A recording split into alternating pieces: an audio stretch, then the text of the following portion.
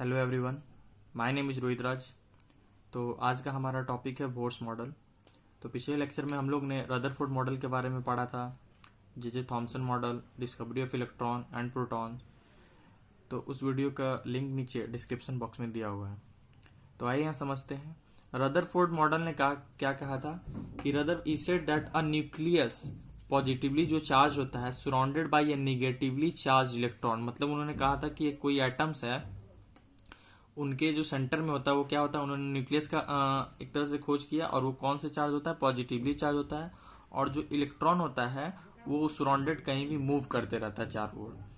But Bohr's model ने क्या उसको मॉडिफाई किया कि कोई भी जो एटॉमिक स्ट्रक्चर होता है मॉडल का, उन्होंने उसको एक्सप्लेन किया कि दैट जो electron move in a fixed orbital shell and also each has a fixed energy level. मतलब जो इलेक्ट्रॉन है वो इधर उधर मूव नहीं करता, वो एक फिक्स्ड ऑर्बिट में मूव करता है और सभी का एक फिक्स्ड एनर्जी लेवल होता है। कैसे? जैसे मान लीजिए कि एक अगर एटम है, ये आपका न्यूक्लियस है जो पॉजिटिवली चार्ज है, ये इलेक्ट्रॉन सराउंडेड घिरा हुआ है, तो जो इलेक्ट्रॉन इधर उधर नहीं घूमता, ये देखिए इस तरीके से ऑर्बिटल सेल में ऑर्बिट में अपने अपने ये मूव करता है एक फिक्स्ड एनर्जी लेवल के साथ। तो इलेक्ट्रॉन क्या होगा, जितना ही न्यूक्लियस से दूर रहेगा उसका उतना ही एनर्जी क्या होगा, ज्यादा होगा, और जितना ही क्लोज रहेगा उतना ही उसका एनर्जी कम होगा। क्यों होगा? जैसे कि एनर्जी एक तरह से इनवर्सली प्रोपोर्शनल स्टेबिलिटी की होता है। अब जितना यहाँ पे इलेक्ट्रॉन जितना ही करीब रहेगा न्यूक्लियस के, उसका क्या होगा, स्टेबिलिटी एक तरह से ज्यादा होगा, तो एनर्जी तो कम होगा। और क्योंकि फोर्स ऑफ अट्रैक्शन स्ट्रांग रहेगा, और इलेक्ट्रॉन जितना ही दूर रहेगा, यहाँ पे मान लीजिए तो इलेक्ट्रॉन दूर है तो इसका फोर्स ऑफ अट्रैक्शन एक तरह से वीक है, तो वीक है तो क्या होगा, वहां पे उसका एनर्जी ज्यादा रहेगा क्योंकि स्टेबिलिटी कम रहेगा। इसको एनर्जी और स्टेबिलिटी इनवर्सली कैसे सिंपल से एग्जांपल से समझ सकते हैं कि मान लीजिए कि दो बच्चा है, एक ने भरपेट खाना खाया और एक ने एकदम नहीं खाया। तो जिसने भरपेट खाना खाया तो उसमें क्या होगा, एनर्जी बहुत ज्यादा होगा। अगर एनर्जी बहुत ज्यादा रहेगा तो एक जगह चैन से तो बैठेगा नहीं, तो इट मीन्स उसका स्टेबिलिटी कम होगा। और जो बच्चा नहीं खाया है उसमें एनर्जी कम है तो उसमें स्टेबिलिटी ज्यादा होगा क्योंकि वो कहीं घूमेगा ही नहीं। तो यहां से समझे कि जितना ज्यादा एनर्जी होगा उतना ही स्टेबिलिटी कम होगा, और जितना ही एनर्जी कम होगा उतना ही स्टेबिलिटी ज्यादा होगा। और जो इलेक्ट्रॉन का जो एनर्जी होता है वो टाइम के साथ चेंज नहीं करता है। और यहाँ पे एक और पॉइंट है कि electron moves from lower energy state to higher energy when require amount of energy absorb. जब भी इलेक्ट्रॉन क्या होता है कि मान लीजिए आपका ये एक तरह से लोअर स्टेट एनर्जी है, इसको ग्राउंड स्टेट भी बोलते हैं, और यहाँ पे ऑर्बिटल सेल्स बहुत सारे होते हैं, 1 2 3 4। तो यहाँ पे ये हायर स्टेट है तो यहाँ पे क्या होगा, आपका एनर्जी ज्यादा होगा। तो जब लोअर एनर्जी से हमारा इलेक्ट्रॉन हायर एनर्जी में जाता है तो कब जाएगा, जब वो इलेक्ट्रॉन एनर्जी को एब्जॉर्ब करेगा तभी यहां से यहां उछल कर जा सकता है। और जब लेकिन इलेक्ट्रॉन हमेशा अपने स्टेबल स्टेट में रहना चाहता है तो स्टेबिलिटी कहाँ होगा, हमेशा उसको ग्राउंड स्टेट में मिलेगा। तो तुरंत वो क्या करेगा, अपने हायर एनर्जी स्टेट से तुरंत लोअर स्टेट में एनर्जी को रिलीज करेगा, एनर्जी को क्या करेगा, इमिट करते हुए अपने हायर स्टेट से क्या आ जाएगा, अपने ग्राउंड स्टेट पे आ जाएगा। तो समझ आया, कोई भी इलेक्ट्रॉन अगर लोअर स्टेट से हायर स्टेट में जाता है एनर्जी एब्जॉर्ब करता है, ठीक है, एंड देन लेकिन वो स्टेबल स्टेट में रहना चाहता है, और स्टेबिलिटी उनको कहाँ मिलता है, न्यूक्लियस के करीब। तो न्यूक्लियस के करीब आते हैं तो जब वो वापस आते हैं तो क्या करते हैं, एनर्जी इमिट करते हैं और अपने ग्राउंड स्टेट में आ जाते हैं। तो जो फ्रीक्वेंसी ऑफ रेडिएशन, एक तरह से जो फ्रीक्वेंसी ऑफ रेडिएशन होता है, जो एनर्जी एब्जॉर्ब करता है और इमिट करता है, व्हेन ट्रांजिशन अकर, मतलब ट्रांजिशन अकर मतलब जब दो स्टेट के बीच में एनर्जी का डिफरेंस होता होगा, गए वापस, तो उसको हम लोग क्या बोलते हैं, डेली बोलते हैं। क्या? Daily, change of energy. और डेली होता है का ये फॉर्मूला होता है, ये आपका होता है change in energy is equal to frequency into Planck's constant. ये होता है फ्रीक्वेंसी, ये होता है आपका change in energy upon Planck's constant. Planck's constant का वैल्यू है आपका 6.2626 इंटू 10⁻34 जूल सेकेंड। तो ये हायर एनर्जी और लोअर एनर्जी दोनों का डिफरेंस यहाँ पे लेते हैं। तो एक तरह से हमको फ्रीक्वेंसी ऑफ रेडिएशन वहां से पता चलता है कि कितना वो लोग रेडिएशन का फ्रीक्वेंसी होता होगा जो इमिट करते हैं वहां से, लोअर से हायर जाने पे और हायर से लोअर जाने पे। तो ये यहां से हम लोग कैलकुलेट कर सकते हैं। तो यहां से क्या होगा फ्रीक्वेंसी, तो इसी को एक तरह से हम लोग इसको जानते हैं, हम लोग बोर फ्रीक्वेंसी रूल के नाम से जानते हैं। किस नाम से जानते हैं? Bore frequency rule. जो एनर्जी इमिट करता है ड्यूरिंग ट्रांजिशन अगर बिटवीन टू स्टेट्स, उस समय जो फ्रीक्वेंसी ऑफ रेडिएशन होता है उसी एक रूल से हम लोग निकालते हैं, जिसको बोलते हैं बोर्स फ्रीक्वेंसी रूल। तो आइए और आगे जानते हैं। हम लोग ये भी जानते हैं कि इलेक्ट्रॉन क्या करता है, moves in a circular orbit Bohr's model के अकॉर्डिंग। तो इलेक्ट्रॉन क्या होता है, moves in a circular orbit. तो हम लोग ऐसे लीनियर मोमेंटम जानते हैं कि लीनियर मोमेंटम क्या होता है, product of mass and linear velocity. तो उसी तरह जो हमारा एंगुलर मोमेंटम होता है, जिसको एल से डिनोट करते हैं, वो क्या होता है, प्रोडक्ट ऑफ मोमेंट, जो मोमेंट ऑफ इनर्शिया होता है इनटू ओमेगा। तो यहां से अगर वैल्यू पुट करते हैं तो ओमेगा का वैल्यू होता है वी वाई आर होता है। तो ये वैल्यू जब पुट करते हैं तो L equal to I into omega पे, तो आई का value m e mass of electron into r square into v y r, r r क्या हो गया कैंसिल। तो यहां से हमारा एक तरह से एंगुलर मोमेंटम का वैल्यू फाइंड आउट हुआ जो इलेक्ट्रॉन वहां पे मूव करता है। तो अकॉर्डिंग टू जो भी प्रिंसिपल ऑफ क्वांटाइजेशन होता है, जो एंगुलर मोमेंटम हम लोग यहाँ वैल्यू निकाले हैं, तो जो इलेक्ट्रॉन का जो स्टेट का इक्वेशन है, तो हम लोग कैसे फाइंड आउट कर रहे हैं कि इलेक्ट्रॉन हमेशा उसी ऑर्बिट में मूव करता है। Electron can move only in those orbit which is multiple of h by two pi. Electron उसी ऑर्बिट में मूव करेगा जिसका वैल्यू मल्टीपल किसके होगा, h बाई टू पाई के इंटीग्रल मल्टीपल होगा, क्योंकि सबका एक फिक्स्ड ऑर्बिट है। तो उसी के यानी h by two pi, 3h by two pi, ऐसे ही क्या होगा आपको नेक्स्ट जो आपका मल्टीपल होगा ये इसमें रिवॉल्व करेगा। तो यहां से हम लोग दोनों इक्वेशन को इक्वेट करते हैं, तो ये हमारा एक इक्वेशन आता है, ठीक है, एक्सप्रेस की इक्वेशन कि mass of electron into velocity into radius equal to n. N होता है नंबर ऑफ जो आपका सेल होता है, जैसे 1 2 3 4। तो यहां से आप एक रिलेशन जाने, ठीक है। तो यहाँ पे जैसे कि एटम्स की बात हो रही है, जैसे ये एटम्स हैं, तो यहाँ पे न्यूक्लियस पॉजिटिव चार्ज है, इलेक्ट्रॉन क्या हो रहा है, बाहर ऑर्बिट में मूव कर रहा है वी वेलोसिटी के साथ मानते हैं, ठीक है। तो देखिए ये इलेक्ट्रॉन यहाँ चार्ज है, ये भी पॉजिटिव चार्ज है, तो दो चार्जेस के बीच में तो फोर्स ऑफ अट्रैक्शन जरूर लगेगा। तो रदरफोर्ड फेल तो इसी में हुए थे कि उन्होंने स्टेबिलिटी ऑफ एटम को डिफाइन नहीं किया था, क्योंकि इलेक्ट्रॉन क्या होता है कि मान लो कि अगर ये पॉजिटिव चार्ज था, उन्होंने बोला कि इलेक्ट्रॉन मूव करते रहता है चारों ओर, तो अब ये इलेक्ट्रॉन मूव करते रहता है, मूव खुद कहीं से कहीं मूव करते रहता, तो क्या होता है कि स्पाइरल ऐसा फॉर्म बना लेता। तो वो क्या होता है एट द एंड वो न्यूक्लियस में जाके क्लैश कर जाता। तो ऐसा तो पॉसिबल है नहीं। तो इसी ने बोर मॉडल ने डिफाइन किया कि इलेक्ट्रॉन एक ऑर्बिट में मूव करता है। तो मान लीजिए अगर ये इलेक्ट्रॉन ऑर्बिट में ऐसे मूव कर रहा है, तो ये दोनों चार्जेस के बीच में कोई ना कोई फोर्स ऑफ अट्रैक्शन होगा ही, क्योंकि दो चार्जेस के बीच में क्या होता है Q1 जैसे Q2 मान लें, तो इस दोनों चार्जेस के बीच में क्या है, फोर्स ऑफ अट्रैक्शन है, जिसका फॉर्मूला होता है 1/4 pi epsilon naught Q1 Q2 by r square. Electrostatic chapter में आप पढ़ेंगे। तो यहाँ पे क्या होता है कि इस दोनों को बैलेंस तो रखने की जरूरत है, क्योंकि आप जैसे सन और अर्थ में है ना कि ग्रेविटेशनल फोर्स सन अपनी ओर लगा रहा है, तो उसको बैलेंस करने के लिए बाहर ही एक सेंट्रीफ्यूगल फोर्स लगता है, जिसको mv² बाई आर करते हैं। तो उसी तरह मान लीजिए कि पॉजिटिव और इसमें इलेक्ट्रोस्टैटिक फोर्स दोनों के बीच में लग रहा होगा एक तरीके का। तो ये दोनों को बैलेंस करने के लिए एक सेंट्रीपिटल, मान लो इलेक्ट्रॉन इसको अपने तरफ खींच रहा होगा उधर के साइड, तो यहां से एक नीचे सेंट्रीपिटल फोर्स लगता होगा, जो क्या होगा इलेक्ट्रोस्टैटिक फोर्स और सेंट्रीपिटल फोर्स क्या हो रहा है यहाँ पे हम लोग डिफाइन किए कि बराबर होगा, कि जो इलेक्ट्रोस्टैटिक फोर्स ये अपने तरफ खींचने के लिए लगा रहा है, उसको बैलेंस करने के लिए एक सेंट्रीपिटल फोर्स लग रहा है, जिसका वैल्यू क्या होता है mv² बाई आर होता है। तो इसको बैलेंस करेगा, ठीक है।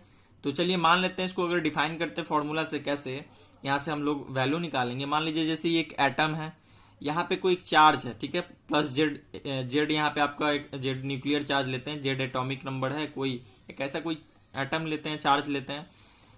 तो ये यहाँ पे एक चार्ज है, तो बाहर भी एक चार्ज जो है रिवॉल्व कर रहा है। तो मान लीजिए इलेक्ट्रोस्टैटिक फोर्स से यहाँ पे इसका फॉर्मूला क्या होगा 1/4 pi epsilon naught Q1 Q2 by r square. तो एक Q1 तो E है अपना, और दूसरा Q2 क्या माने हैं जेडी, तो जेड इंटू ई, तो क्या हो जाएगा JD² by r square 1/4 pi epsilon naught, इधर से mv² बाई आर। तो आप यहां से देख सकते हैं कि जो v² का वैल्यू होगा वो क्या होगा 1/4 पाई एप्सिलॉन नॉट को हम लोग k मान लिए, ठीक है। तो वैल्यू आप जब इधर से उधर ले जाएंगे तो आपका क्या वैल्यू निकल रहा है कि v² का आर से यहाँ पे एक आर कैंसिल हो जाएगा, इस आर को इस एक आर से कैंसिल करेंगे तो आपका ये एक वैल्यू आएगा वी स्क्वायर का k z e square by m into r, मतलब के 1/4 पाई एप्सिलॉन नॉट हो गया, जेड एटॉमिक नंबर, ई हो गया चार्जेस का स्क्वायर, एम मास और आर रेडियस। तो वॉर का जो पोस्टुलेट था जो आप ऊपर अभी देखें कि m e into v into r is equal to n h by 2 pi, ये वैल्यू क्या कर रहे हैं यहाँ पे इस वी स्क्वायर है, तो इस वाले को भी आप क्या करें v का वैल्यू यहां से निकाल के स्क्वायरिंग बोथ साइड करें, तो स्क्वायरिंग बोथ साइड करने पे ये हमारा एक वैल्यू आएगा कि वी स्क्वायर, इसको आप नीचे लेके चले जाएंगे, एम ई नीचे आ जाएगा, आर नीचे आ जाएगा, तो देखो n square h square upon 4 into pi square into m square into r square. तो ये दोनों इक्वेशन वी स्क्वायर के बराबर है, इसको जब इक्वेट कर रहे हैं तो हमारा आ रहा है n square h square upon 4 pi square m k z e square. तो यहां पे आपको क्या दिख रहा है कि आपका जो एच स्क्वायर प्लैंक्स कांस्टेंट है, पाई का वैल्यू कांस्टेंट है, मास आपका कांस्टेंट रहेगा, इलेक्ट्रॉनिक चार्ज का वैल्यू भी कांस्टेंट रहेगा, बस यहाँ पे वेरिएबल क्या है नंबर ऑफ सेल्स और जेड एटॉमिक नंबर, मतलब आप कोई भी एटम को लेकर डिफाइन कर सकते हैं। तो जब इन वैल्यू को कैलकुलेट करते हैं तो हमारा आता है 0.529 इंटू जो वेरिएबल था n square by plus z वो इंटू एमस्ट्रॉन्ग, मतलब एमस्ट्रॉन्ग में वैल्यू निकालते हैं। तो यहां से एन क्या है number of shell, z atomic number. तो जब भी आपको रेडियस मान लीजिए निकालना है आपको वैल्यू, तो उसका वैल्यू क्या होता है 0.529 into n square by z, उसका वैल्यू एमस्ट्रॉन्ग में, एमस्ट्रॉन्ग पता है 1 एमस्ट्रॉन्ग में 10⁻⁻10 मीटर होता है, तो यहां से आप उस रेडियस का वैल्यू निकाल सकते हैं। समझ गए? तो आइए वेलोसिटी वहां से निकालते हैं कि वेलोसिटी क्या होगा उस चार्जेस का। तो हम लोग वॉर पोस्टुलेट से फॉर्मूला जानते हैं, m into v into r angular momentum equal to n is to h by 2 pi, जो इंटेग्रल मल्टीपल होना चाहिए ऑर्बिट में रोटेट करने के लिए।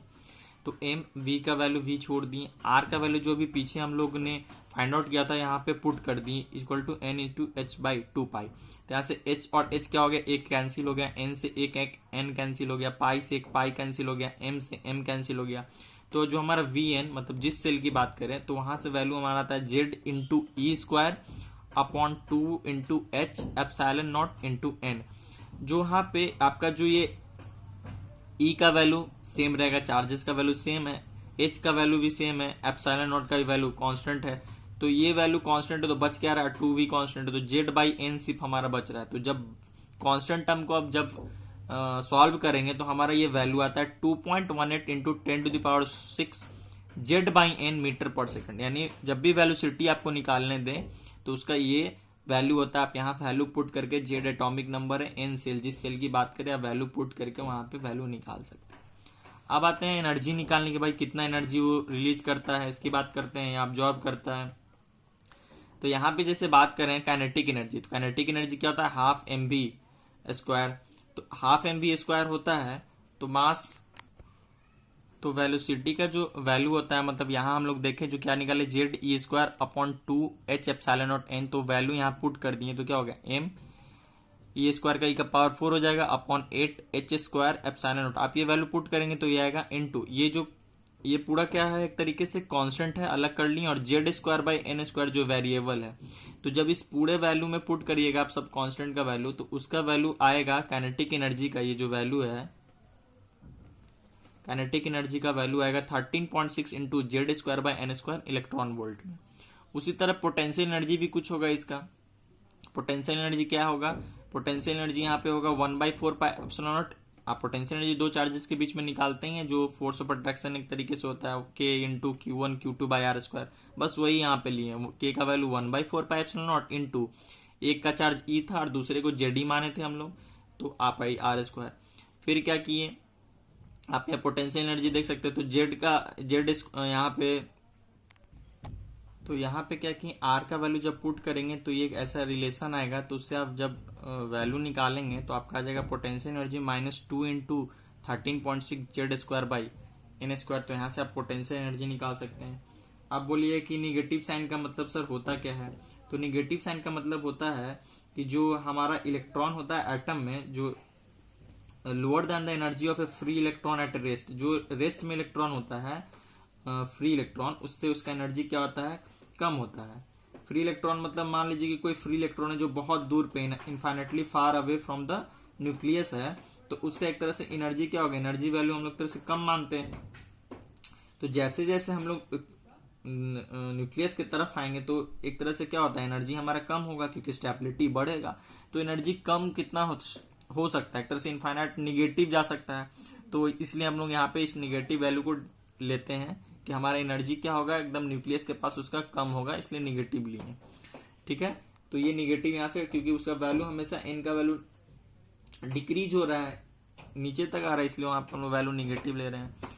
अब आता है यहाँ टोटल एनर्जी। टोटल एनर्जी कैसे निकालते हैं, sum of kinetic energy plus potential energy. तो उसका वैल्यू ये होता है -13.6 into Z square by N square या -21.8 इंटू 10। इतने सारे वैल्यू हैं, आप इसमें वैल्यू को पुट करके आप टोटल एनर्जी उनका निकाल सकते हैं। ये उनका एक रिलेशन है पोटेंशियल एनर्जी का, आप जानते हैं के जेड स्क्वायर बाई आर। ठीक है, पोटेंशियल एनर्जी हो जाता है। फिर kinetic energy half k z square by r, half m b एक रिलेशन है टोटल एनर्जी का भी -1/2 के जेड स्क्वायर बाई आर। मतलब आप ये तीनों इक्वेशन को आप लिख लीजिए, नोट डाउन कर लीजिए। इस वैल्यू में आप डायरेक्ट पुट करके आप आंसर निकाल सकते हैं, नहीं तो सारे वैल्यूज निकाले हुए हैं। अब वोर्स मॉडल का लिमिटेशन क्या था, वोर्स मॉडल का लिमिटेशन यही था कि वोर एटॉमिक मॉडल सिर्फ वैलिड था सिंगल इलेक्ट्रॉन स्पीसीज के लिए, जिसका इलेक्ट्रॉन सिर्फ एक हो। जैसे हाइड्रोजन है वहीं तक लिमिटेशन था, हाइड्रोजन के पास एक इलेक्ट्रॉन होता है। हीलियम के पास 2 इलेक्ट्रॉन है, उसके लिए डिफाइन नहीं होगा। जैसे हीलियम अगर मान लीजिए अपना एक इलेक्ट्रॉन किसी को देता है तब वो डिफाइन हो सकता है। जैसे लिथियम +2 चार्ज के लिए होगा, बेरिलियम +3 चार्जेस के लिए होगा, क्योंकि बेरिलियम के पास 4 इलेक्ट्रॉन है, 3 दे दिया तो एक इलेक्ट्रॉन पे ही वो बस। तो हमारा जो वोर एटॉमिक मॉडल का है फेल्यूर यही था कि उन्होंने बस सिंगल इलेक्ट्रॉन स्पीसीज के लिए डिफाइन किया। और उन्होंने जो हमारा स्प्लिटिंग ऑफ स्पेक्ट्रल लाइन होता है, जो रेडिएशन के द्वारा जो स्पेक्ट्रल लाइन बनता है हमारा, वो इलेक्ट्रिक फील्ड और मैग्नेटिक फील्ड में इन्होंने डिफाइन नहीं किया। इलेक्ट्रिक फील्ड वाले को बोलते हैं स्टार्क इफेक्ट और स्टार्क इफेक्ट बोलते हैं, और मैग्नेटिक फील्ड को जीमैन इफेक्ट बोलते हैं। तो यहाँ से एटॉमिक मॉडल का लिमिट, इस वोर के एटॉमिक मॉडल का वैलिडेशन समझ में आया कि किसके लिए, बस सिंगल इलेक्ट्रॉन स्पीसीज के लिए। जैसे हाइड्रोजन 1 इलेक्ट्रॉन था और हीलियम है तो 2 इलेक्ट्रॉन है, बट वो 1 इलेक्ट्रॉन के लिए डिफाइन होगा। 3 इलेक्ट्रॉन है तो लिथियम 2+1 इलेक्ट्रॉन के लिए होगा। ये 4 इलेक्ट्रॉन है तो ये सिर्फ 1 इलेक्ट्रॉन के लिए डिफाइन होगा। तो यहाँ से आप वोर मॉडल समझ गए। Okay, thank you.